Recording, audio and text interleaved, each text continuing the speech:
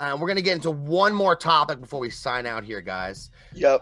That we didn't get a chance to speak on last week because it kind of happened when we were doing our show last week, and we'll sign out, Jets fans. You know, we've been covering the Jets now for a couple of years here, me and Mike and the Wook, and we've been covering the saga with Jamal Adams along the way. Mike, before Jamal Adams left the Jets, you and I were all for him getting his contract. Me and you were big fans of Jamal Adams. Me and you were like, pay the guy. He's our captain, the whole nine. Everybody's all in. And, you know, last week, Jamal Adams was on somebody's show, Mike, I forget who it was. And I'm watching this thing, and he called Jet fans now, beyond the organization, beyond the decisions Joe Douglas made, beyond his feelings being hurt and all that, now Jet fans, he's calling flimsy. And I just want to run through real quick, and then we'll get out of here, because I can't not say something about this. Because the timeline of Jamal Adams being with the Jets, obviously, you know, we drafted in 2017, 2018, great year, 100-plus tackles. 2019, you know, the last year he played with us, he had 6.5 sacks. They blitzed him 90 times, you know. And then we go into this offseason, 2020. Now, the whole country's going through COVID mania, and Combine's come in March. And if you guys remember what Jamal Adams said, he said he's elated. The guy couldn't be more excited to get signed by the team that drafted him and be a Jet and play here. He's captain of the team. He's ready to ride or die, right, guys? And then a few months go by, basically 2 months go by. Jets pick up that option for his last year, and Jamal Adams is expecting that contract to come. And now, what's kind of lost in the shuffle here is that Jamal Adams is supposed to be your captain of your team. You know, someone who you look to as the example of the squad. So for you to, in March, say you're ready to be here, you're excited to be a Jet for a long time, and then skip all these voluntary camps once you don't get your money, right? You start bad-mouthing the Jets and throwing the organization under the bus when you don't get your money, when you start leaving social media comments, basically acting like you're embarrassed to be on the team, right? Because a few months go by and you didn't get your money in the time that you wanted. Videos are getting posted now. You're talking to little kids talking about you're trying to get out of New York, okay? Now, remember the word flimsy, guys. Let's get back to that word for a second. Flimsy, you know, it means basically something that's not built well, you know, something that's not tough, you know, and this is a person who is epitomizing what it means to be a flimsy human as we're going through this timeline here, because, like I said, he was all about it. A few months later, Jamal's ready to leave us, burying on us left and right because he wanted to get his money, Now we're sitting here in 2021. It's February. Guys, has Jamal Adams got his money yet? Did he get paid yet? Is he getting paid $20 million a year by the Seahawks? The answer is no. Apparently. No, the answer is no. He got paid.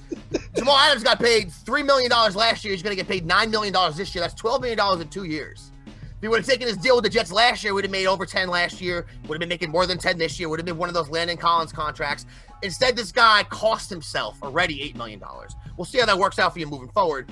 But you want to use the word flimsy. Now, we can go back and forth with the timeline. You all know. We won't backtrack too much. But what I want to say about that word, and when you're talking about Jet fans, you know, we're talking about the New Yorkers that make up this area that are Jet fans.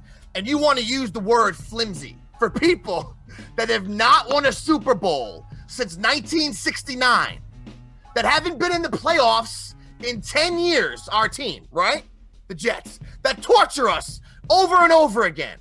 All these different plays, the butt fumble, the fake spike. You guys know the deal, right, Jet fans? We don't got to go through it again. Those fans that are still showing up to be number 2 in attendance, number 3 in attendance, number 2 in attendance, number 3 in attendance, every single year, when we get nothing back, that's flimsy to you? Are you kidding me?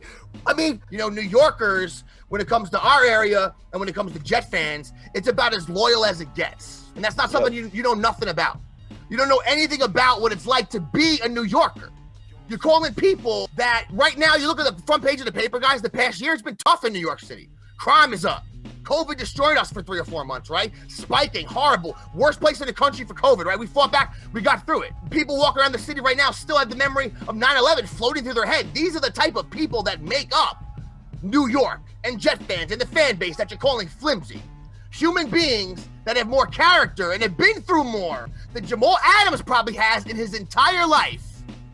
He's calling flimsy because when you were walking out the door and burying the team, okay?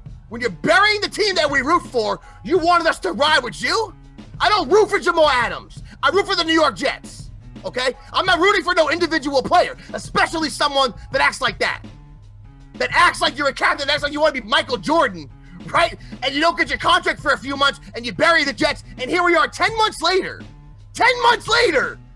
And how many times is this guy going to do this? I have a friend of mine that got a divorce, wanted the divorce from his wife. He wanted it. They got a divorce. She moved on with her life, but still every time I talk to him, he complains about her. And I'm like, bro, you're the one that wanted this. I don't get the psychology about it. She's good. Jamal, the Jets moved on in this relationship. We got 2 firsts. We got a 3rd. We moved on. Why are you so insecure still? Why are you acting like the most sensitive, thin-skinned, flimsy human being every time the Jets get brought up when you got what you wanted? You got what you wanted. And then you went out there this year after you got what you wanted and you played like a scrub. That's what happened, bro. Your PFF rating is trash. You can't cover anyone. Teams picked on you all year long. Yeah, you can blitz people, but guess what? You're not a middle linebacker, dude. You're not a defensive end. It's nice that you get sacks, but you stunk this year. On the flip side, Marcus May played great. He's going to get franchised, make more money than you'll make next year. Fathom that one, Jamal. Fathom that one, pal. Played yourself. And you want to call New Yorkers flimsy. I don't know what else to say, guys. It's just the words that he used, the actual words that he used about being flimsy. You know, this place that we live and everything that we've gone through here, it just really, really bothered me. You know, especially someone like that doing it. Someone who has no accountability. If Jamal Adams wants to know what that means, being flimsy, right? You want to know what that behavior looks like, just take a look in the mirror, Jamal. Take a look in the mirror. Take a look at your tweets on your way out the door in New York. Okay, because we're not the city that's playing with that type of behavior. ODB was great, guys, right? 1,500 yards, all this. Giant fans were like, peace, bro. Yep. See ya. Absolutely. No, we don't need you here with that nonsense.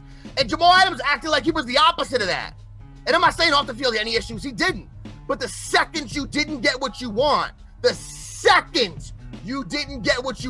you didn't just try to get out of here. You tried to bury the franchise, and you're still doing it 10 months later. You're a clown. You're the epitome of flimsy. Don't have New York in your mouth and talk about flimsy. You have nothing to say about this city. You have no idea what people from this area are made of, because you're a clown. And that's all I got to say about that, guys.